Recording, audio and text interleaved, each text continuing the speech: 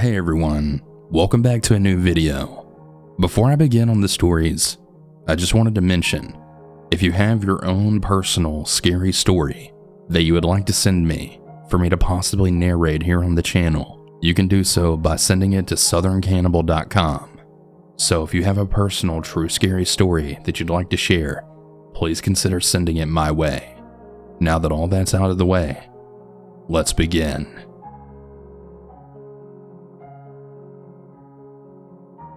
Now, this isn't as scary as all the other horror stories said on here, but it was pretty scary to me. I'm a girl and 18, and I was driving home from my now ex's house at maybe about 10 p.m. And as I was driving, there was this car that I'd finally noticed that was behind me for quite a while. There was 2 lanes, and then it came up driving directly next to me. Like I would start to speed up and they'd do the same. I'd start to slow down, and again, they'd do the same. I looked over for a second to see who it was, and it was this creepy looking middle-aged man. I don't remember specific details of how he looked, but he was almost completely turned, looking right at me. When he saw that I saw him, he had this huge grin on his face, and he started waving at me really big, like using his whole arm to wave at me. I just gave a little smile back and tried speeding up, but he kept keeping up with me. Once the lanes were about to merge, he zoomed in front of me, now driving in front of me in the one lane. So I was thinking that maybe he was going to leave me alone now, but no. It was actually so weird because then he turned right. Ironically, I had to turn right too, and I was using Google Maps, so I just wanted to continue the right way. So we went the same way, and once the lanes went back into 2, he did the exact same thing. Drove directly next to me, speeding up and slowing down when I could. He kept trying to get my attention to like pull over or something, because he just kept waving at me and smiling. It was so creepy. I was trying so hard to ignore him by just looking forward. After that, the lanes merged again, and again he zoomed in front of me, turning right, where I needed to turn right again. I was genuinely so confused. It was like he knew where I was going because he'd do it before I did. Is it even possible for someone to hack your Google Maps? But I was like, fuck that. I knew where I was now, so instead I went straight instead of turning right. And as I did that, he then slowed down and stopped, even though it was a green light, and he just sat there for a second. He then rolled down his window, flicked me off, then drove away. Like, what the fuck? Nothing happened after that, and I did make it home safely after taking a long-ass way home. But this shit genuinely had me freaking out. My heart was racing so fast. I have no idea what he was trying to do or what his intentions were with me, but I'm just glad nothing else more extreme happened and that I'm safe. Everyone, stay safe out there. There's some weird-ass people in this world.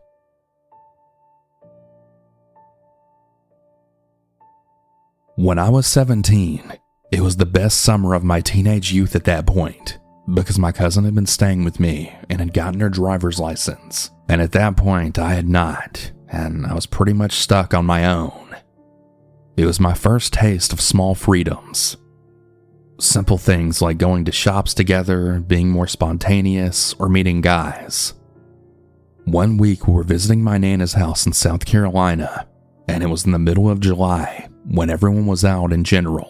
But we were 2 bored teenage girls that wanted to go see a movie since my Nana had gone to sleep, and we were free to do whatever. We went to the local late night showings of some stupid comedy, and generally barely even remembered it. This was also 2009, before very decent GPS was a thing, and we were in a city that my cousin wasn't familiar with driving in, and I'm a crab navigator. After what felt like hours of getting lost and the night getting later and later, we were getting pretty scared because in this small town in South Carolina, There are boondocks, farmlands, and sketchy back roads that feel like a scene right out of the Texas Chainsaw Massacre.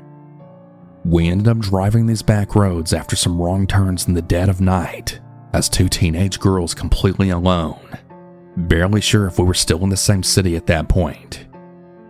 Finally, after some luck had it, and before giving up and calling my Nana, we saw a main street come into view and knew the restaurants there. It was a miracle. I'd never been so glad to see a damn Buffalo Wild Wings restaurant lit up in my life. It meant that my Nana's house was close.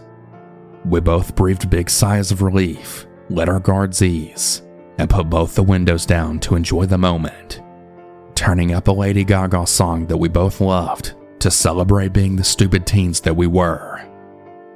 Suddenly, to my cousin's left, we hear a man who out of nowhere starts yelling, "Hey! Hey you!" And before we even understood what was even happening, if someone was hurt, we slowed down and we were then stopped at this red light, windows down and music loud, and out of this old white beat-up pickup truck next to us emerges a tall, bald man, getting out only steps away from my cousin's open window. We then immediately see that he was holding a large kitchen knife and yelling, "Hey! Hey!" and nothing else. We both start screaming, and my cousin's window still down, and our music blasting around our wills from pure adrenaline. My cousin floors it, not even sure that no other cars were coming, and at that point it didn't matter. She drove through the red light, and the bald man holding the knife was just standing there where we left. To this day, I still think about it. What was he on? What would have happened if my cousin had not gone through the red light fast enough? It gives me chills even a decade later because it felt like a lesson. That city in particular has had one recent man keeping women in cages on his farm. It isn't a perfect place, and I know from first-hand experience. That drive home we were shaking, and we barely slept, but we never told anyone else about that night since we had snuck out. Lesson learned.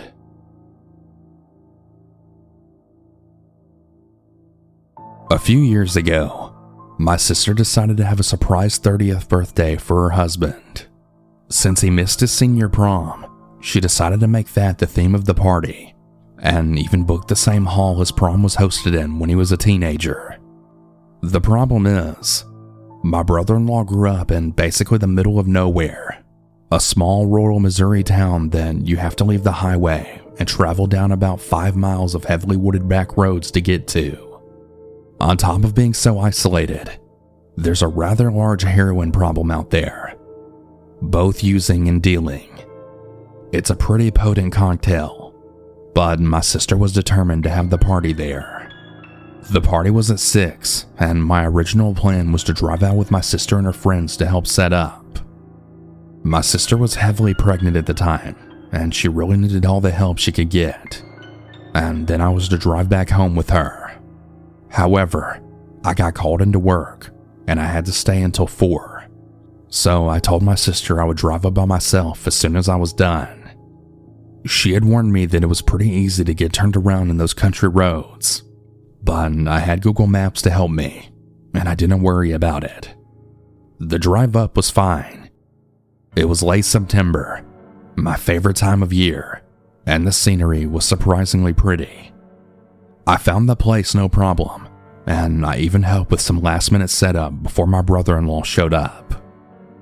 The party was a lot of fun, and it lasted till about 11 when the hall closed. I was one of the last few people to leave, having stayed behind to help my sister and her friends stack chairs. My brother-in-law had overindulged at the open bar, and he had to be driven home by his friend. We ended up not actually heading out until almost midnight, and by that point, I was exhausted. My sister once again warned me about being careful on the back roads, but I'd gotten up there okay, so I wasn't too concerned about the drive home. I hugged her goodbye, hopped into my car, and started working my way back to the highway. Unfortunately, in my sleepy state, I misjudged which road I was supposed to turn off of, as I had reached the exit for the highway, and I ended up turning down an entirely different road that ran parallel to it instead. It was another heavily wooded and narrow back road. I started looking for somewhere I could pull in to turn around. After driving maybe 200 yards, I spotted a gravel embankment and decided to pull in there so I could turn around.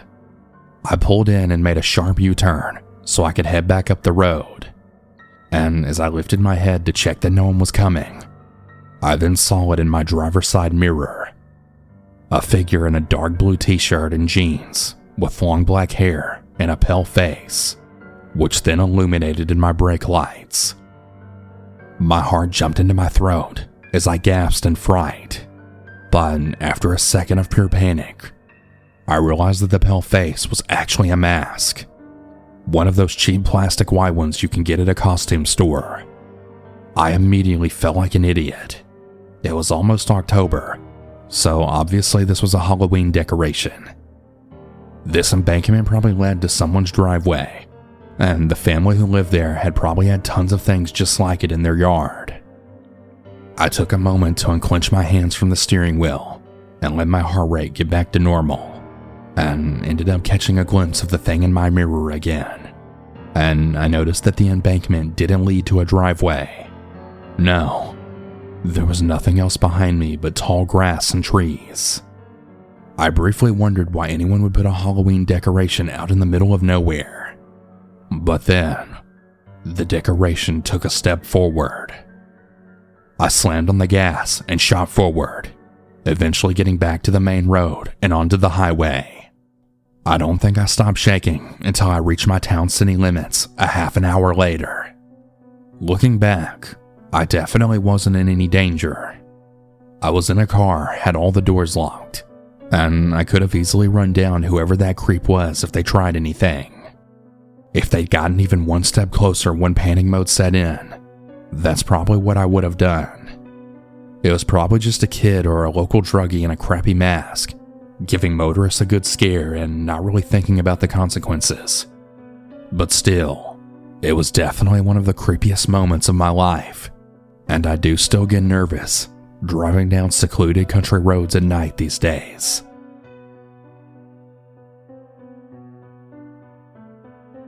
I moved out of state to a very small town. The first day of moving in, a neighbor walking his dog greets me, and he introduced himself to me. He gives me a quick rundown that the neighborhood is filled with tweakers and other shady types. I took that as a general warning that may be all I deal with. A few months later, he invited me over to his place to teach me on how to do some woodwork. As we're making a shelf for my cat to sit on, he's asking me questions. Now to me, they were just normal everyday questions, but looking back, I realize now he was trying to get information out of me. Why did you move out here from out of state? Who lives with you? Do you have any other family members in the state or area? Once we were done, we went to install the shelf, and he met my mom who stays with me. He talks to her for a bit, and then we left to walk back to his place. He starts telling me that he can see our yard from his place, and that he notices that I barely go outside with my dogs. He told me not to worry, that if someone breaks into our place, that he can see them, and he can shoot them from his room. That's what I'm thinking. How is that possible? Because you live over half a block away. Before I can question him, he then asked if I want to see more of the town. So I'm like, yeah, let's go. He walks up to his car and he then pulls something out from the middle compartment, and he tells me to go in his pickup truck. So I do, while he's filling up the gas tank with gasoline. Once he's done, he walks over to the driver's side, and he opens the door, and he drops a holster between us. He tells me not to worry about it as I look, trying to see if it's a gun or not. As we're driving, I realize that he hasn't said a word for about 5 minutes, and this guy loves to hear his own voice. Another thing I noticed is that we're on a dirt road, and we haven't seen a single house, trailer, or vehicle for a while.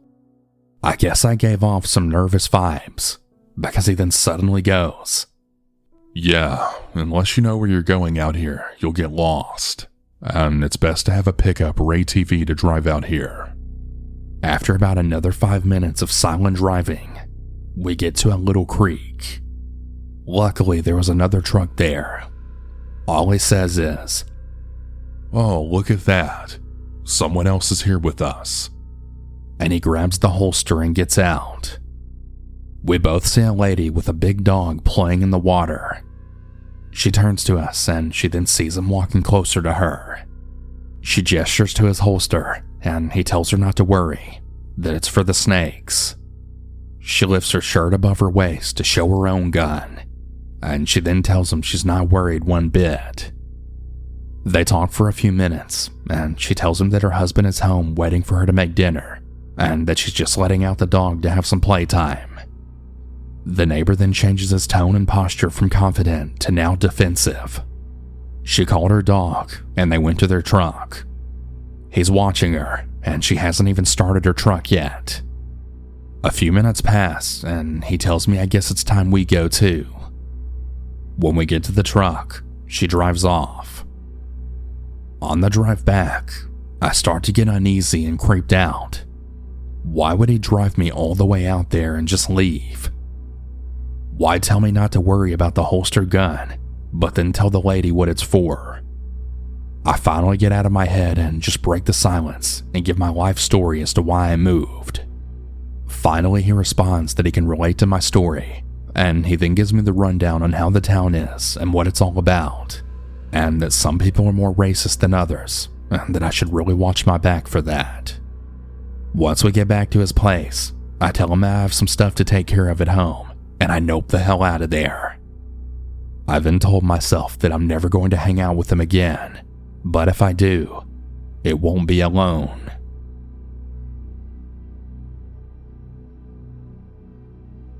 I just had a very chilling experience with an Uber ride. Here's my story. I was waiting outside my pickup location at around 10 p.m. The pickup location was in a relatively quiet area, right outside my local gym. The app had showed that my Uber driver was there, but the car was nowhere in sight. There was a car that pulled up right as I was coming outside, but it was neither the make, model, or color of my Uber, so I ignored it. The car just sat there for about 8 minutes and then drove away. A few seconds later, our Uber pulled up. It was the same make and model, but a different color than what the app showed. I was with my boyfriend at the time, and I was cold and antsy to get home, so I ignored this and just went to get in the car. The driver had 2 full-size baby seats in the back of the vehicle, so my boyfriend sat in the front, and the driver had to put 1 seat in the trunk so that I could sit in the back. The car was messy, and it had food like fishy crackers everywhere, but that was besides the point. Once we were in the car, the driver then asked where we were going. This is where I started to really question things, because usually every Uber I've ever taken, they have my drop-off location in the app. He said something along the lines of, "My app hasn't started up yet." So my boyfriend just started giving him directions. We were only about a 10-minute drive from home. We get into a street adjacent to ours, and my boyfriend states, "Okay, so not this left, but the next one." And then as we get closer, "Okay, take this left coming up." And the driver just keeps going, right past our street. My boyfriend looks back at me with this expression on his face, just like, what the fuck is going on?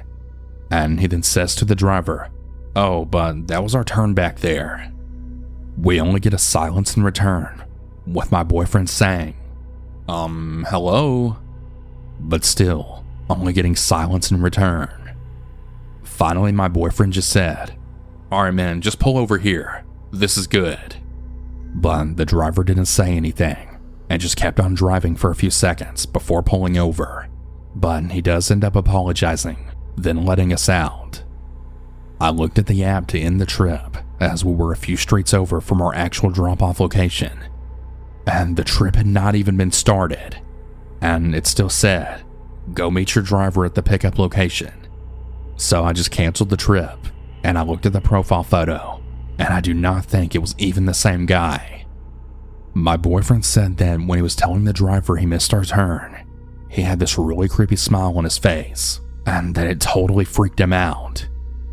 Has anyone else out there experienced anything like this?